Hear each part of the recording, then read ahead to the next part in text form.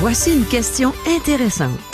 Est-ce que la Bible m'enseigne comment regarder au cœur et non aux apparences quand vient le temps de choisir un conjoint? Dieu va répondre à cette question ainsi qu'à d'autres questions aujourd'hui même à l'émission À travers la Bible.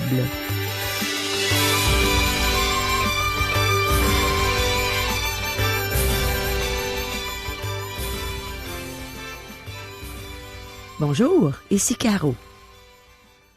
On va toucher à quelques sujets différents dans un seul chapitre de la Bible aujourd'hui. Dieu va répondre à plusieurs de nos questions en peu de temps. Par exemple, on dit que les apparences sont trompeuses. Est-ce que la Bible parle de ce sujet? Est-ce que Dieu voit tout ce qu'il y a dans mon cœur? Qu'est-ce que je devrais rechercher dans le choix d'un conjoint? Et maintenant, un autre sujet complètement différent. Dans quelle famille de la Bible est-ce que la noblesse a trouvé racine? Par exemple, les rois, les ducs. Est-ce que c'est Dieu qui a voulu qu'il y ait des rois? On va voir ce qu'il va nous dire par la bouche du pasteur Régent Joly dans quelques instants. Mais avant, demandons à Dieu de nous aider à bien saisir le sens de cet enseignement. Prions. Oh mon Dieu, on a besoin que tu diriges notre intelligence aujourd'hui. On a besoin que tu nous fasses saisir ces multiples enseignements que tu vas nous donner en peu de temps. Aide-nous à rien oublier et à l'appliquer dans notre vie. On a besoin de toi, Seigneur. Amen. À toi, Régent. Merci, Caro. Aujourd'hui, nous arrivons au 36e chapitre du livre de la Genèse. Quelle belle aventure que nous vivons ensemble. Il est question cette fois d'Ésaü. Et l'Esprit de Dieu prend cette direction dans tout le chapitre. Et même, c'est ce qu'on peut voir dans toute l'Écriture. La semence qu'on y voit mène à Christ. Ceci est très clair, selon un des auteurs du Nouveau Testament, l'apôtre Paul. Il n'y a pas plusieurs semences, mais une seule, et c'est le Christ. Donc, en parcourant les Écritures, à partir d'Adam et Ève, et passant par leur fils Seth, jusqu'à Abraham, à Isaac et maintenant à Jacob, regardons le déroulement des événements. Dieu donne la lignée qu'il a rejetée en premier. Il la passe très rapidement, car elle ne fait pas partie de son but dans les Écritures, pour passer à l'autre lignée. Et voilà le but du 36e chapitre de la Genèse. Au cours de l'émission précédente, au chapitre 35 de la Genèse, nous avons parlé de la mort de Rachel. Je suis certain que beaucoup de gens qui m'ont entendu parler de cette section ont dit « Tu as échoué. Pour ce qui est de donner ton éloge funèbre pour Rachel, t'étais pas dedans. » Vous avez raison. Je n'ai pas dit grand-chose. J'en avais pas le temps. Mais je veux y revenir maintenant afin de faire un lien qui sera très important pour plus tard. Rachel était ce qu'il y avait de plus beau, de plus excellent dans la vie de Jacob. Rachel était sa Rachel. C'est peut-être le cas pour toi, toi qui es homme aujourd'hui, de dire oui, voilà la femme, celle qui est ma femme. Jacob aimait Rachel. Il n'y a aucun doute à ce sujet. Il était prêt à faire presque n'importe quoi pour elle. Il lui était entièrement dévoué. Par exemple, il lui permettait de garder les idoles qu'elle avait prises de son père. Je ne pense pas qu'il aurait laissé Léa ou quelque autre personne à faire autant, mais il était indulgent envers elle, car il l'aimait. Rachel a eu un premier fils, Joseph. Ensuite, elle a eu un autre fils, Benjamin. Et c'est à la naissance de Benjamin qu'elle est morte. La vie de Benjamin est devenue la mort de Rachel. Ceci a brisé le cœur de Jacob. Premièrement, les autres 10 garçons ne lui procuraient pas de joie du tout. Je crois que Dieu lui rappelait chaque jour, 24 heures sur 24, que c'était péché d'avoir plus d'une femme. Il n'avait pas besoin de toutes ces femmes. Ce n'était pas la méthode de Dieu. Dieu annule son jugement, bien sûr. Il le fait dans notre vie. Il le fait dans la mienne. Remercions-le d'agir ainsi. Mais ça ne veut pas dire que Dieu approuvait cela, pas du tout. le fait que la Bible révèle qu'il n'approuvait réellement pas cela, spécialement quand on voit ce qui est arrivé à Joseph. Jacob aimait Joseph et Benjamin. Bien franchement, les autres garçons étaient jaloux d'eux. Jacob n'aurait pas dû démontrer autant de favoritisme envers Joseph, puisqu'il en avait fait l'expérience dans son propre foyer. Il était celui que son père avait ni plus ni moins rejeté. Il connaissait tout le trouble que cela avait engendré. Il n'aurait donc pas dû faire cela, mais il l'a fait. Généralement, je ne défends pas Jacob, mais après tout, quand Rachel était sur le point de mourir et qu'elle a dit « Appelle ce garçon Benoni », c'est-à-dire « fils de ma douleur », je pense que Jacob aurait pu dire « Oui, il est le fils de la douleur de Rachel », mais quand il a regardé son petit, je crois qu'il devait ressembler à Rachel. Il avait probablement ses yeux, il devait lui faire penser à Rachel, et il a dit « Je ne peux pas l'appeler ici. Il n'est pas le fils de ma douleur. Il est le seul sur qui je peux m'appuyer maintenant. Il est le fils de ma main droite. Il est ma canne. Il est mon bâton. Je vais m'appuyer sur lui. » Et c'est ainsi qu'il l'a appelé, sur celui sur lequel je peux m'appuyer. Vous verrez plus loin que ceci est très important parce que ça fait partie de l'énorme chagrin que cet homme a dû subir plus tard. Tout ceci autour du fait que Dieu n'approuvait pas le comportement de Jacob. Et Dieu n'approuve pas le mal qu'il y a dans notre vie, chers amis. Nous croyons nous en sortir avec ça, mais nous n'en sortons pas du tout. Et Jacob ne s'en est pas sorti. Voilà que sa belle Rachel est partie, enterrée à Bethléem. Et vous remarquerez que le chapitre 35, que nous avons vu la dernière fois, est un chapitre où on parle beaucoup de la mort. Premièrement, la mort de Déborah, nourrice de Rebecca, et ensuite la suggestion de la mort de Rebecca elle-même, et maintenant la mort de la belle Rachel. Ensuite, les fils de Jacob sont mentionnés ici. Ils ne lui procuraient aucune joie. Et voilà que ça se termine par la mort d'Isaac.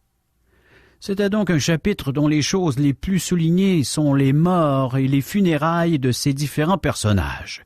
3 dans ce chapitre. Maintenant, lorsque nous arrivons au chapitre 36 de la Genèse, nous nous tournons vers Ésaü. Toute l'attention est sur Ésaü. C'est presque humoristique à certains endroits, incidemment. Permettez-moi de dire que ceci ne serait pas très intéressant pour plusieurs d'entre nous. Ce serait une étude merveilleuse pour quelqu'un qui voudrait poursuivre jusqu'au bout en ce qui concerne ces noms et ceux qui leur ont succédé. Toute une liste de noms de personnes. Vous pouvez trouver certains des noms qui sont mentionnés ici dans le grand désert arabe, encore aujourd'hui. Nous avons donc entendu parler de Omar, le fabricant de tentes. Il y était. Nous avons tous entendu parler de Théman, de Kénaz et de Tsépho. Eh bien, lisez le verset 15 ici. Ils y sont tous mentionnés. C'est la famille d'Ésaü.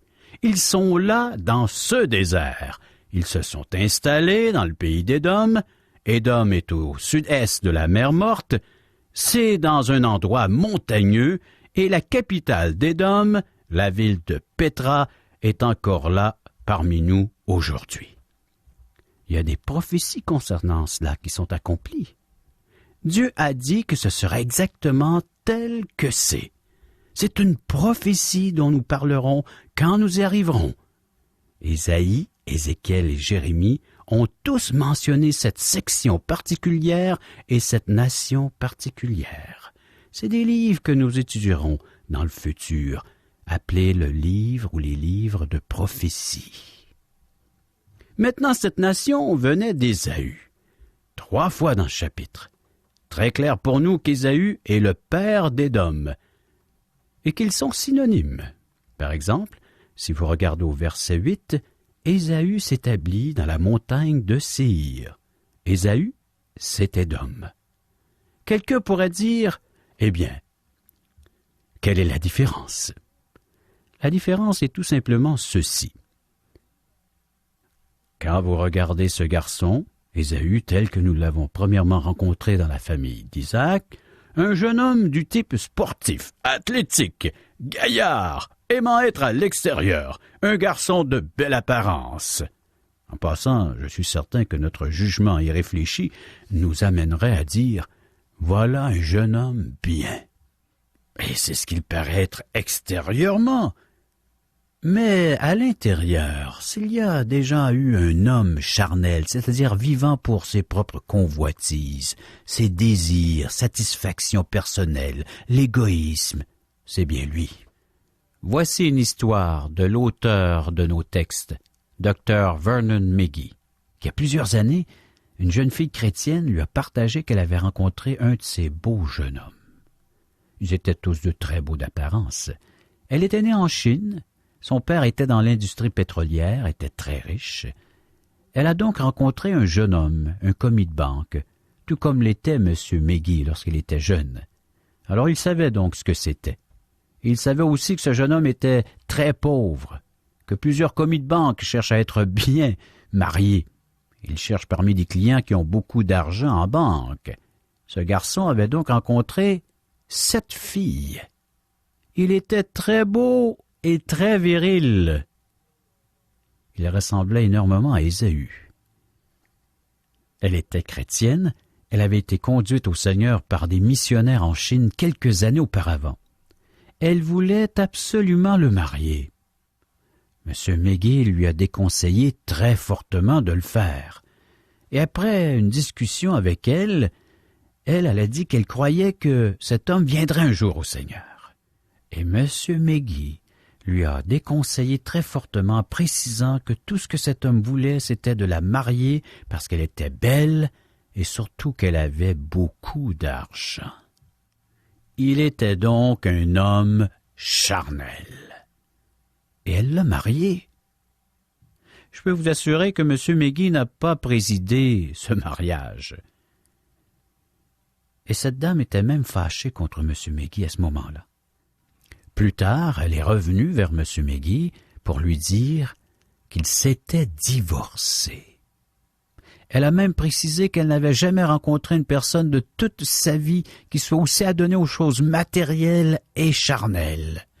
Elle a ajouté qu'il était des plus grossiers, qu'il faisait bonne impression en surface.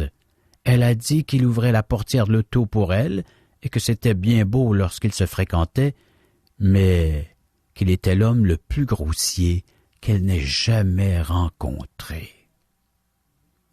Eh bien, puis-je vous dire que ce jeune homme, c'est Ésaü? Et si vous êtes une belle jeune fille qui rencontrait un Ésaü qui voudrait vous fréquenter, il y a des possibilités que vous accepteriez de sortir avec lui parce qu'Ésaü était attirant, mais un homme charnel. Maintenant, quelqu'un aimerait peut-être en faire un sujet de discussion avec moi? Je suis ouvert. Mais pourquoi pas en discuter avec Dieu? Dites-lui qu'il a fait une erreur en mettant ce jeune homme à part, mais Dieu dit, et se protège toujours, dans le petit livre d'Abdias, un livre de prophète, vous verrez qu'Ésaü est dévoilé. Maintenant, Ésaü, c'est Édom. C'est ce que dit Moïse ici. Ésaü, c'est Édom. Maintenant, reculons de plusieurs siècles. Au fait, vous devriez reculer de plus de 1000 ans. Et un petit Ésaü devient maintenant environ 100 000 Édomites. Chacun d'entre eux est un petit Ésaü. Un être charnel. Maintenant, regardez la nation. Et vous verrez ce qui vient du produit d'Ésaü. C'est comme si on mettait Ésaü sous un microscope. Donc, si vous voulez voir un vrai portrait d'Ésaü, allez lire le prophète Abdias. Et que voyez-vous? Une nation remplie d'orgueil. Et Dieu dit au verset 4, « Quand tu placerais ton nid aussi haut que celui de l'aigle, quand tu le placerais parmi les étoiles, je t'en précipiterai, dit l'Éternel. » Et quel est l'orgueil dont nous sommes coupables? C'est la déclaration de l'indépendance d'un cœur qui dit « Je peux vivre sans Dieu, je n'ai pas besoin de Dieu. » Voilà ce que c'est que le produit d'Ésaü. vous devrez attendre que nous arrivions à ce chapitre. Ensuite, quand nous arriverons au dernier livre de l'Ancien Testament, c'est-à-dire dans le livre du prophète Malachie, au chapitre 1er, versets 2 et 3, nous entendrons et nous lirons la déclaration de Dieu qui dit « J'ai aimé Jacob et j'ai eu de la haine pour Ésaü. » Ça a pris plus de 1000 ans avant que Dieu dise cela, mais Dieu le savait au commencement. Mais vous ne le saviez pas, et moi-même je ne le savais pas. Et quand ils ont avancé dans l'histoire, vous pouvez être certain que Dieu est précis et qu'il savait tout ce qui concernait Ésaü. Donc, 3 fois dans ce chapitre 36, où nous lisons qu'Ésaü, c'est Édom. Le chapitre 1er, voici la postérité d'Ésaü qui est Édom. Ensuite, le verset 9, voici la postérité d'Ésaü, père d'Édom. Et à la fin même du chapitre, encore une fois, où nous pouvons lire, verset 43, à la toute fin, c'est là Ésaü, père d'Édom. Et c'est ça la Genèse, c'est ça le chapitre 36, c'est la postérité d'Ésaü qui est Édom. Verset 1, verset 9 et le dernier verset, 43e. On nous dit qu'Ésaü prit ses femmes parmi les filles de Canaan. Ada, fille d'Élon, le Hétien. Je ne ferai pas cet exercice de prononcer tous ces noms dans la généalogie d'Ésaü. Mais il nous est dit au verset 6 et 7 qu'Ésaü prit ses femmes, ses fils, ses filles, toutes les personnes de sa maison, ses troupeaux, tout son bétail et tout le bien qu'il avait acquis au pays de Canaan, il s'en allait dans un autre pays loin de Jacob, son frère, car leur richesse était trop considérable pour qu'ils demeurent ensemble, et la contrée où ils séjournaient ne pouvait plus leur suffire à cause de leurs nombreux troupeaux. Les versets 6 et 7, nous pouvons les lire ensemble. Genèse chapitre 36. Ésaü prit ses femmes, ses fils et ses filles, toutes les personnes de sa maison, ses troupeaux, tout son bétail et tout le bien qu'il avait acquis au pays de Canaan, il s'en alla dans un autre pays, loin de Jacob son frère, car leur richesse était trop considérable pour qu'ils demeurent ensemble, et la contrée où ils séjournaient ne pouvait plus leur suffire à cause de leurs troupeaux. Rajoutons à cette lecture le verset 8, sur lequel nous mettons une grande importance dans cette émission. Ésaü s'établit dans la montagne de Séhir. Ésaü, c'est Édom. Maintenant, souvenez-vous qu'Abraham et Lot avaient ce même problème. En d'autres mots, il n'y avait pas assez de pâturage puisque chacun d'eux avait trop de troupeaux, trop de bétail. Ésaü a donc quitté la terre promise et l'a fait par lui-même. Mais les circonstances, la situation économique l'ont forcé à le faire. Et maintenant, nous avons débuté il y a un moment. Ésaü s'établit dans la montagne de Séhir. Ésaü, c'est Édom. Et ceci nous est dit où il est allé. Et j'ai déjà localisé cet endroit pour vous. Maintenant, nous suivons cette famille. Et si vous les suivez au verset 12, il est écrit « Et Timna était la concubine d'Éliphaz, fils d'Ésaü. Elle enfanta à Éliphaz Amalek. » Voilà le début des Amalécites. Toutes ces tribus qui sont dans le désert étaient venues à travers les siècles. Elles sont allées dans plusieurs directions après la chute de Carthage et après que l'Église a pris de l'importance dans ces temps anciens en Afrique du Nord. Incidemment, le centre le plus puissant d'Église à un certain temps était en Afrique du Nord. Mais ces tribus se sont étendues à travers tout le pays. Elles appartenaient toutes à cette famille qui vient d'Agar et d'Abraham. Ensuite, elles viennent d'Ésaü. Ensuite, il y a eu l'endogamie, c'est-à-dire des mariages entre familles dans les différentes tribus. Et voilà où nous trouvons tous ces Hittes, comme par exemple les Amalécites. Nous avons toutes ces tribus arabes là-bas aujourd'hui. Elles appartiennent à la même famille qu'Abraham et Israël. Ce chapitre est très important. Après tout, l'Esprit de Dieu s'est donné beaucoup de peine pour vous parler de ceci. Et savez-vous, je ne suis pas encore arrivé à cette partie qui est humoristique. Il vaudrait mieux que nous arrivions. Dans nos Bibles, au verset 15, il nous est mentionné que ce sont des chefs. Et dans la Bible anglaise, version King James, les chefs sont appelés des ducs. Donc, dans la Genèse, chapitre 36, verset 15, il est écrit « Voici les ducs de tribus issues des fils d'Ésaü. Voici les fils d'Éliphaz, premier-né d'Ésaü, le duc Théman, le duc Omar, le duc Sépho, le duc Kénaz, le duc Coré, le duc Gétham, le duc Amalek. Mais où sont-ils allés chercher ces ducs? Eh bien, voici le début, mes chers amis, de la noblesse. Ils ont simplement présumé que chacun d'entre eux est devenu un duc. Et croyez-moi, nous voici. Ce n'est pas simplement un surnom.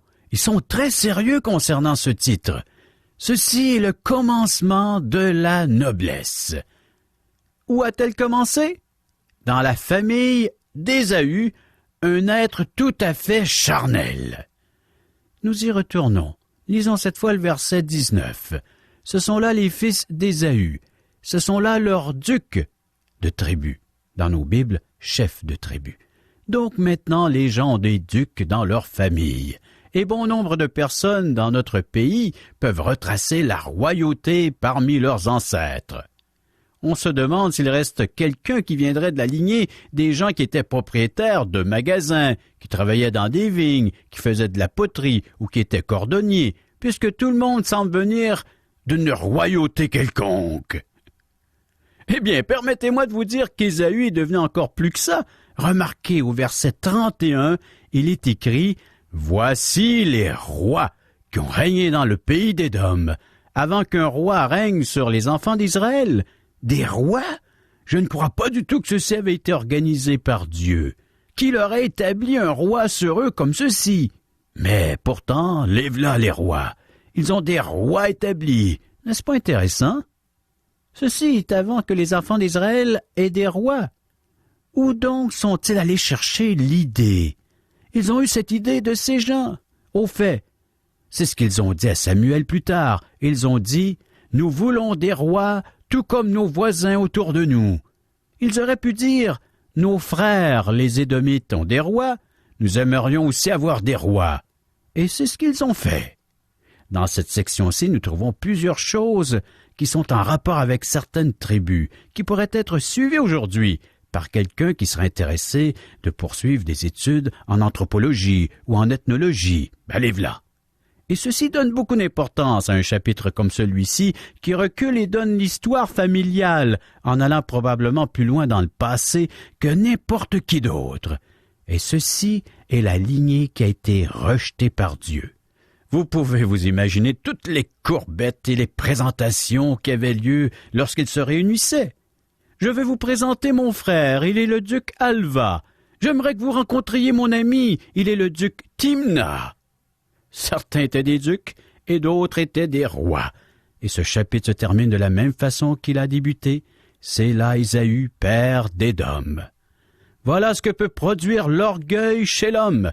Et nous venons d'en étudier un bref résumé. Alors, cher ami, prépare-toi pour la prochaine émission en lisant Genèse chapitre 37. Merci Régent pour ce bon enseignement.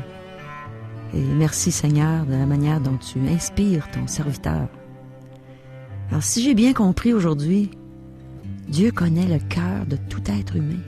Il connaît ton cœur, il connaît mon cœur. Alors je dois chercher sa direction afin de bien choisir un conjoint. Et si je m'intéresse à quelqu'un, j'ai besoin que Dieu me montre cette personne telle qu'elle est vraiment. Je ne dois pas me fier aux apparences parce qu'elles sont vraiment trompeuses. Alors si je ne cherche pas le conseil de Dieu, je risque de faire une grave erreur. Et toi aussi, tu risques de faire une grave erreur. Surtout en sachant que le mariage, c'est pour la vie.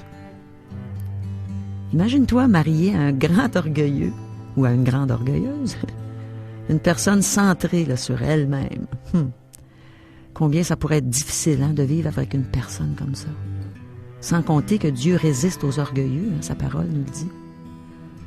Donc, les orgueilleux, ils sont pas bénis de Dieu. Puis si un couple forme un seul corps, comment est-ce que seulement la moitié du corps pourrait être béni? Comment être heureux hein, dans un contexte comme ça? On a aussi vu aujourd'hui que la noblesse, la royauté, a débuté à travers la postérité d'Ésaü. Mais c'est pas sa postérité qui s'est rendue jusqu'au roi des rois. C'est pas sa postérité qui s'est rendue à Jésus-Christ, mon sauveur merveilleux. Alors, tout comme moi, tu fais peut-être pas partie d'une famille royale ici-bas sur cette terre. Mais tu pourrais, tout comme moi, appartenir à la famille royale, éternelle, à celle de Jésus. Tu as juste à croire en lui. Pas seulement croire qu'il existe, mais mettre toute ta confiance en lui seul pour recevoir le cadeau qu'il veut te donner, la vie éternelle. Alors cherche-le, je t'encourage à chercher Jésus de tout ton cœur. Ouvre les oreilles de ton cœur aussi. Tu vas l'entendre frapper. Jésus veut entrer chez toi. Il veut souper avec toi. Il veut être intime avec toi. Pour l'éternité, là, pas juste pour quelques instants, puis après ça, c'est fini. Non, le Seigneur veut t'aimer éternellement. Alors entends sa voix, puis laisse-le entrer dans ton cœur. C'est Jésus, c'est pas n'importe qui. C'est le roi des rois qui veut faire sa demeure chez toi. Laisse-le entrer. Viens, Jésus.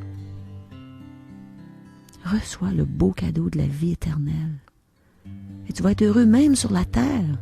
En attendant cette éternité de bonheur, là, tu vas pouvoir être heureux, satisfait à chaque jour des belles choses qu'il va te donner, des belles choses qu'il va t'enseigner. Tu ne seras plus jamais seul non plus. Sa présence va être avec toi. Tu vas goûter à sa présence.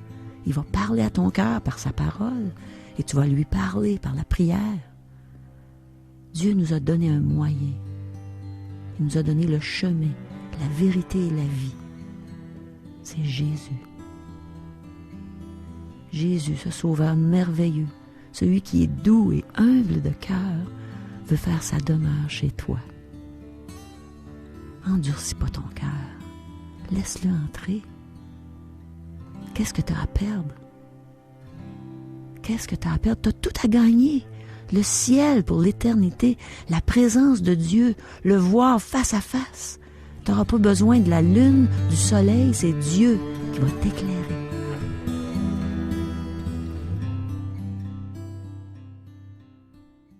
Vous avez des commentaires? Des questions? Vous aimeriez savoir ce que la Bible a à dire sur tel ou tel sujet? Écrivez-nous. Vous pouvez recevoir par le fait même des cours bibliques que nous offrons tout à fait gratuitement, ainsi que des invitations à assister à l'un de nos merveilleux déjeuners de l'espoir offerts à la grandeur du Québec, où vous pourrez entendre des témoignages de vie transformées par le message de la Bible. Pour en connaître les dates et les endroits où auront lieu ces déjeuners, pour nous rejoindre, un des membres de l'équipe d'Aujourd'hui l'Espoir est disponible à recevoir vos commentaires. Vous composez le numéro de téléphone suivant, 1-877-l'Espoir, 1-877-l'Espoir, ou via notre site internet www.espoir.ca, ou bien vous nous écrivez à Aujourd'hui l'Espoir, 6640 3e Avenue Ouest, Charlebourg, Québec, le code G1H 6H4. Ici Régent Joly, bonne fin de semaine et à lundi.